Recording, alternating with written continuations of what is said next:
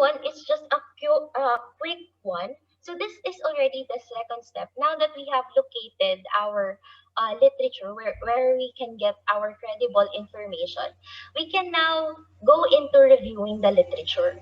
So when we review our literature, we depend on some sources selection criteria. For example, um, you want to limit your search in journals or contexts made just in the Philippines or just made in Asia, or of course it depends on your field of study and your research problem.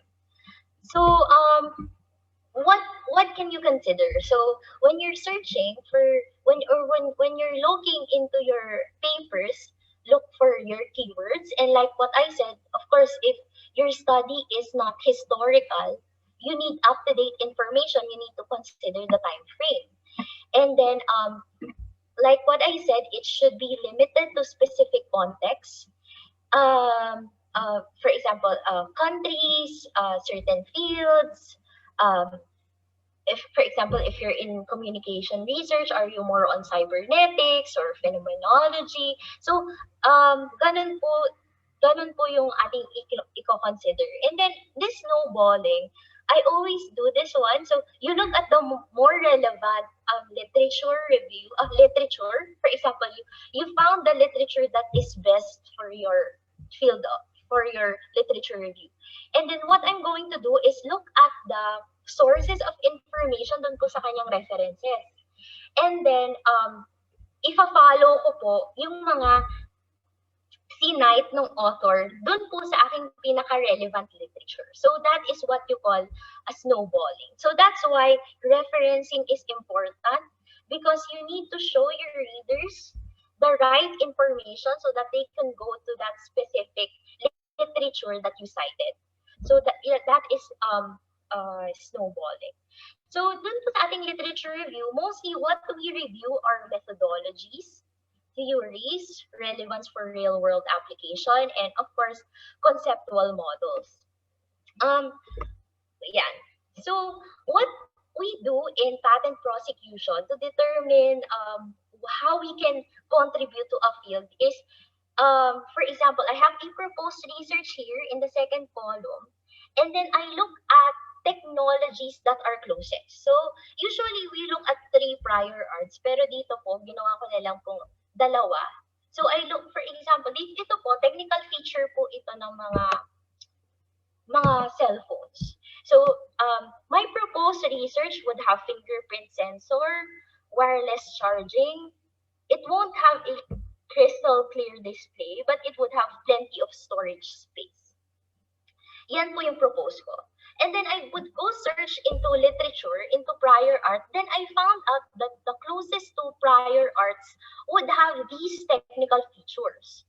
So kung makikita niyo po, yung prior art 1, sobrang advantageous niya na po dun sa aking proposed research.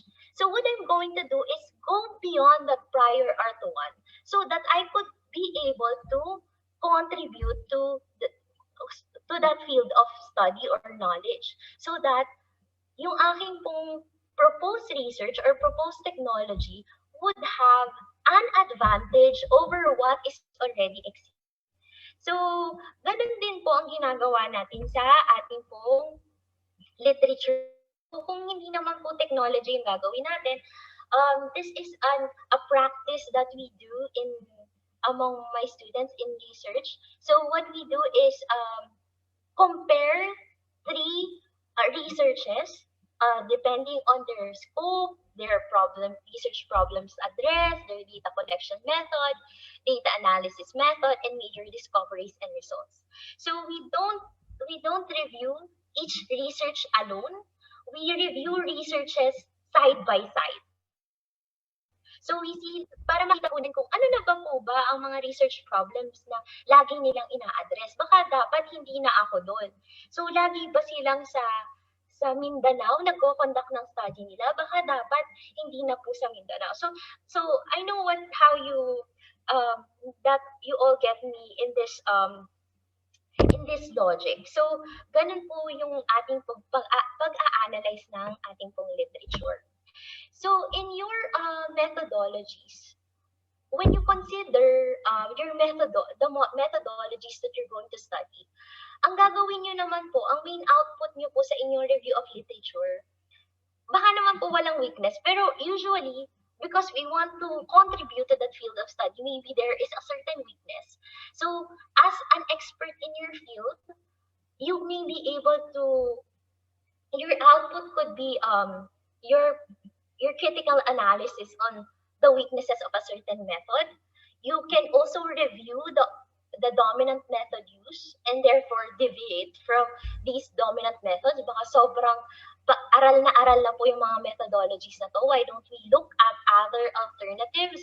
And then for the methodologies, if you compare them one by one, you look at the advantages and disadvantages. And then as an output, maybe you can introduce or say that maybe there is a new method for addressing this certain research problem. And then when you consider theories, you write about the overview of the main theories. Also, like methodologies, you write about the strengths and weaknesses of the theories, and then of course potential for other theories that might not have been used for a certain phenomena, but you think might be relevant for your context.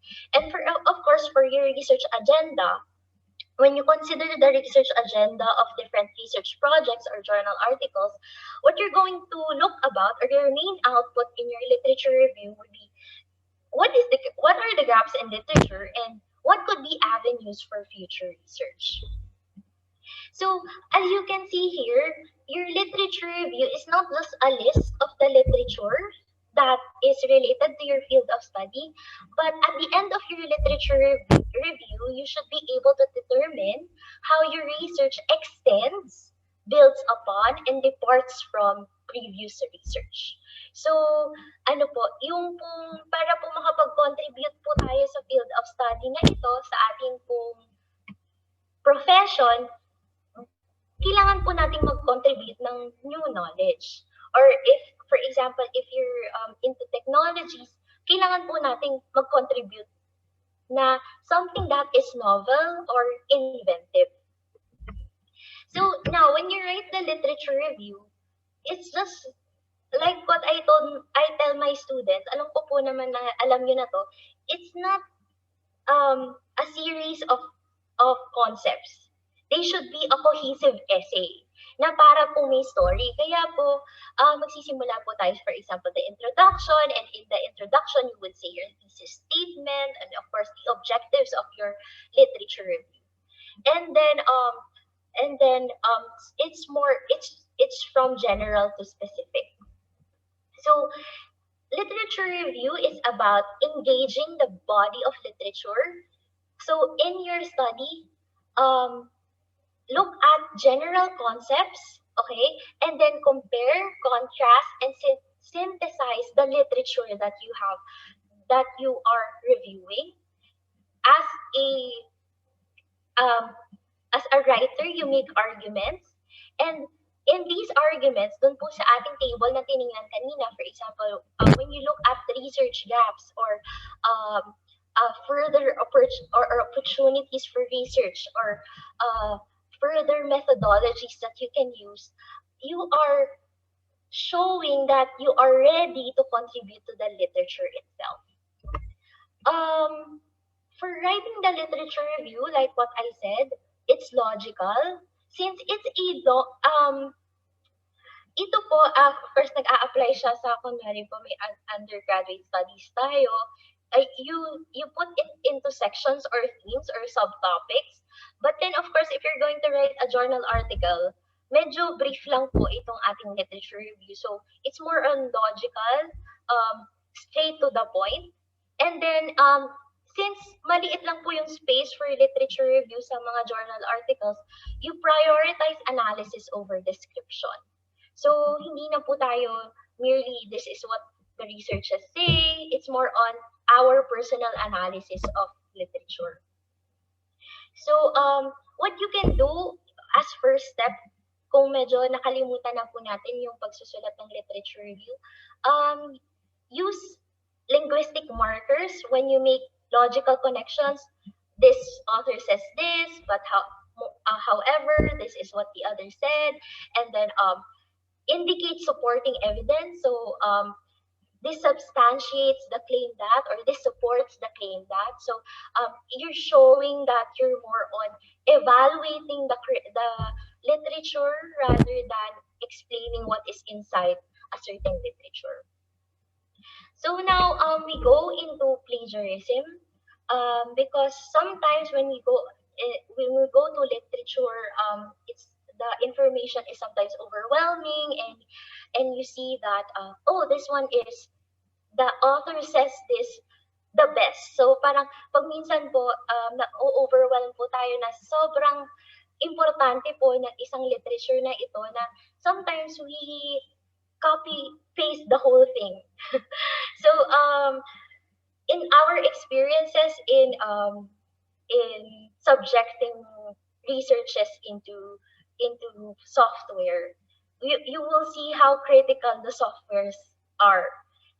Especially if um, yung software po, for example, na Turnitin, um, three words in consecutive order na parang ginaya mo, they would say that even kahit po hindi niyo po yun ginaya, the software would say that it's plagiarized.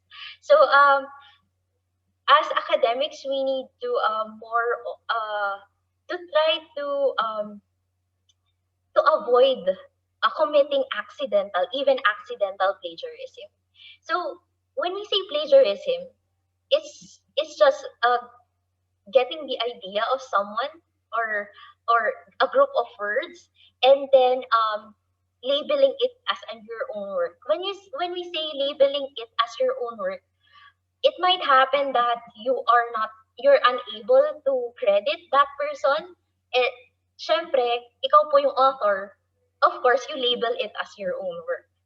And then that's why we say that it's plagiarism when you fail to properly credit other people for their work. So, what does it mean when we say fail to properly credit? So, kung tinitingnan niyo po yung references, meron pong different attributes yung sources, hindi po ba? Meron po siyang yung name ng author, meron pong date of publication, meron pong pangalan ng journal article, may pangalan ng journal, may pages, meron po siyang volume, DOI. So, yun po ay dapat ilagay po natin lahat sa bibliography natin. Hindi po pwede na yung author at yung kanya pong date of publication lang. So, makakasuhan po tayo ng plagiarism when we fail to properly credit the whole attributes or the attributes of that certain source. So, why be concerned about plagiarism? Kami po sa PrepD, nag-training po kami ngayon sa research ethics, and we have what we call the principle of intellectual honesty in science, in research ethics, and it is our responsibility as knowledge generators, as scientists, to be able to be ethical in how we conduct research. And it's not just about protecting our respondents. It's also how we get our information. And as academics, we should have intellectual honesty. So remember that you are part of an academic community, and we have the responsibility to be truthful in what we share to others, and we should be trustworthy and reputable. And so that means as academics, we should be careful in how we get our resources. I remember in college or even now in graduate school, you get really giddy about citing your sources, not committing plagiarism, because it really costs your degree, or or or the shame that you would encounter if you are caught committing plagiarism. But much more than that, it's more on the integrity of the person na yung ating na nire-recognize po natin na meron pong mga mas nauna sa atin, na meron pong nag-contribute ng knowledge na ito at hindi po ako ito. Ito po ay sinabi ng other credible people. So, plagiarism, if you look at it at a research ethics perspective, it is respecting the academic community and giving acknowledgement to our forefathers in our field of study. So, what are some forms of plagiarism? The most common would be verbatim without acknowledgement. When we say verbatim, word for word po yung kinopy. So, ang suggestion ko po dyan, for example, do not copy-paste whole paragraphs.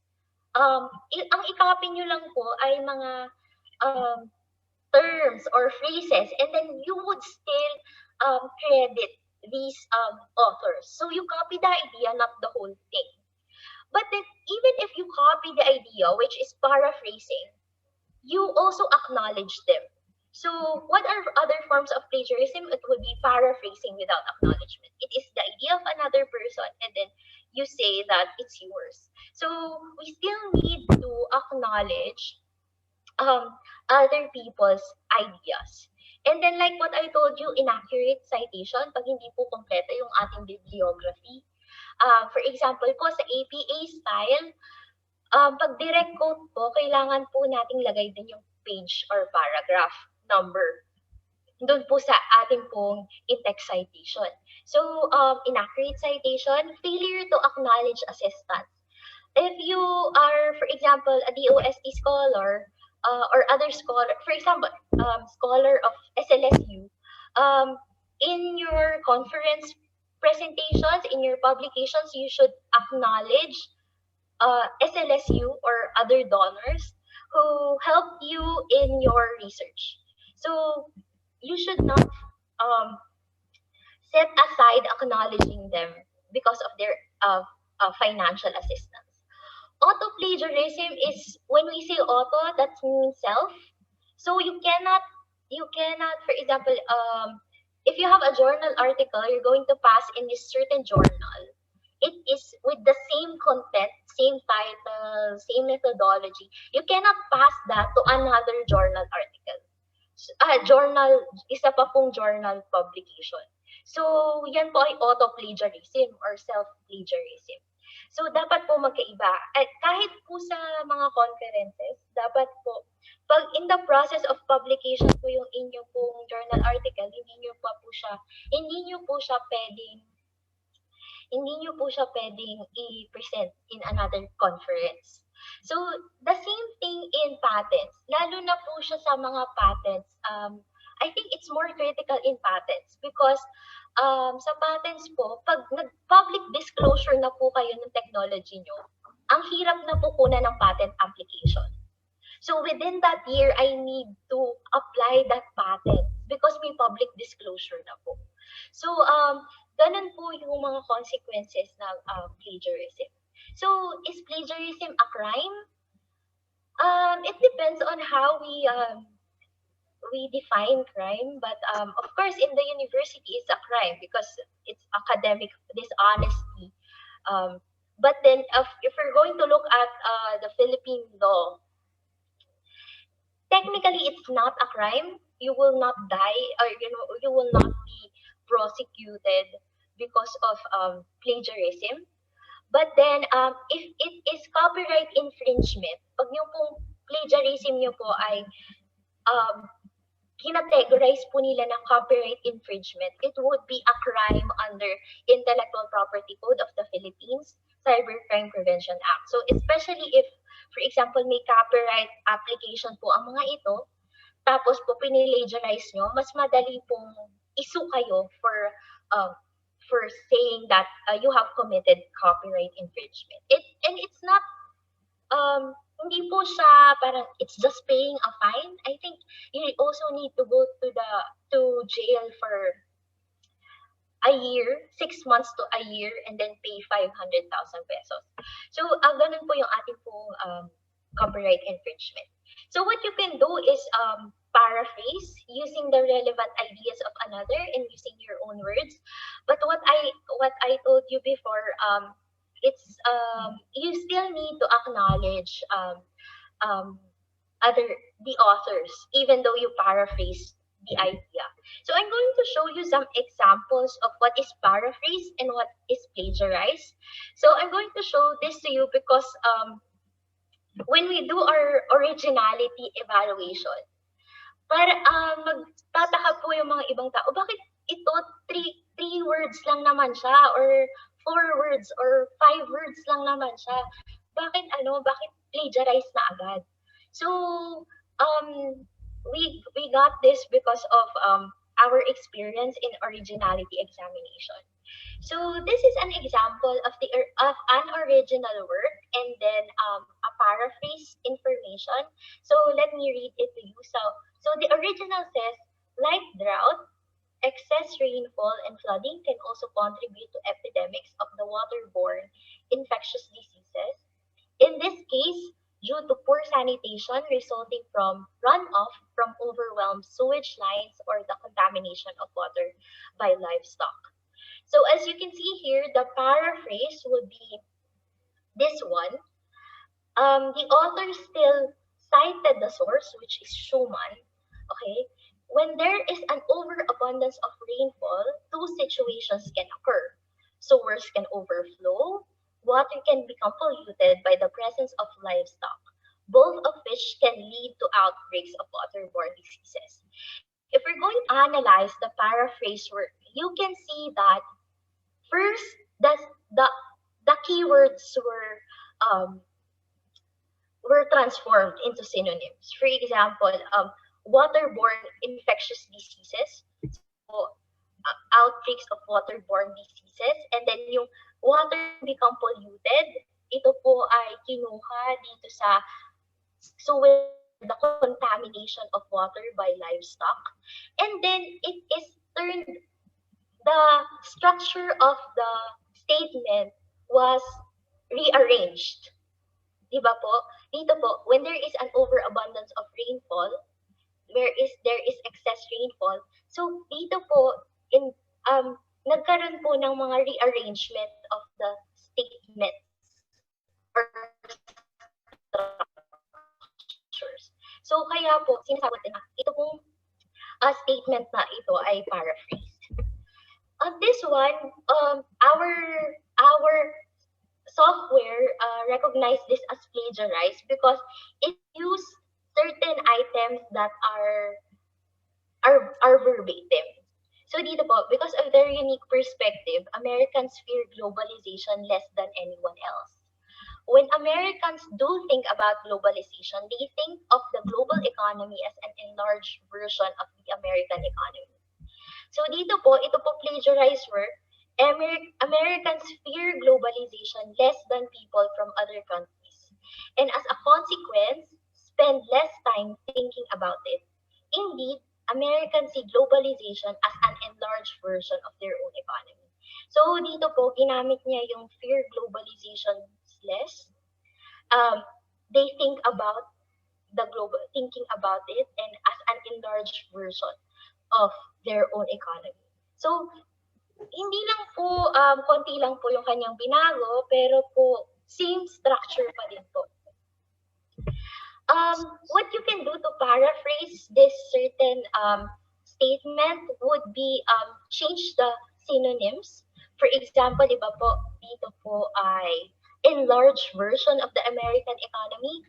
Dito po sa bagong paraphrase, bigger form of their own economy. They are, for example, dito po ay Americans fear globalization less than anyone else. They are less concerned about it than the rest of the world. And as you can see here, I think the key really is to rearrange or change the structure of the statement so that it cannot be seen as a paraphrased work. This one is another example. we do not understand all the ways in which brain chemicals are related to emotions and thoughts, but the salient point is that our state of mind has an immediate and direct effect on the state of our body. So this one is a plagiarized statement because halos same rin po ang kanyang arrangement. So Siegel writes that we still do not know all the ways in which brain chemistry is related to emotions and thoughts. Yun po, same din po dito, related to emotions and thoughts. But the important point is that our mental state has an immediate and direct effect on our physical state. So it's same arrangement lang po nung ating um, statements and then synonyms lang po yung binago. So ang nakikita ko po na key para hindi po tayo maano ng plagiarism, masabi na nag-plagiarize tayo, we change the structure of the sentence and then also change some of the synonyms. But of course, yung mga words na accepted na po sa field natin, for example, the economy, hindi na naman po natin ma-translate yun. So that's okay. Okay. This one is the paraphrase or the accepted form of the original statement. When we do not yet understand all the ways, dito po, nilagay niya po instead of in the first part of the statement or the sentence, nilagay niya po doon sa last part. Tapos change niya po yung mga some of the words, like only partially understood. Pinalitan niya din po yung tense ng verb. So, yan po yung mga some of the tips so that we can paraphrase para hindi po tayo masabihan na tayo po ay nag-plagiarize. But much more than being scared about plagiarism, I think the value of paraphrasing is more on having the ability or the satisfaction that you have understood certain material, that you have really critically analyzed certain literature. And then I think this is the last part. We just put this in place so that as researchers you would know. So we want SLSU's research projects to be more up to date. And then if we're going to use the APA style, Ma'am Del and we in Prepad have decided that we're going to use the American ang APA style naman po kasi, yan na po yung approved dun sa 2018 version. But then, hindi po yung 7th edition, which is the new one, which I think was just released the first part of this year, if I'm not mistaken. So, dati po, 6th edition yung ginagamit natin. But then, we suggest that researchers would use 7th edition para po mas maging up-to-date po tayo dun sa, lalo na hindi na po tayo mahihirapan pag po publish sa isang journal.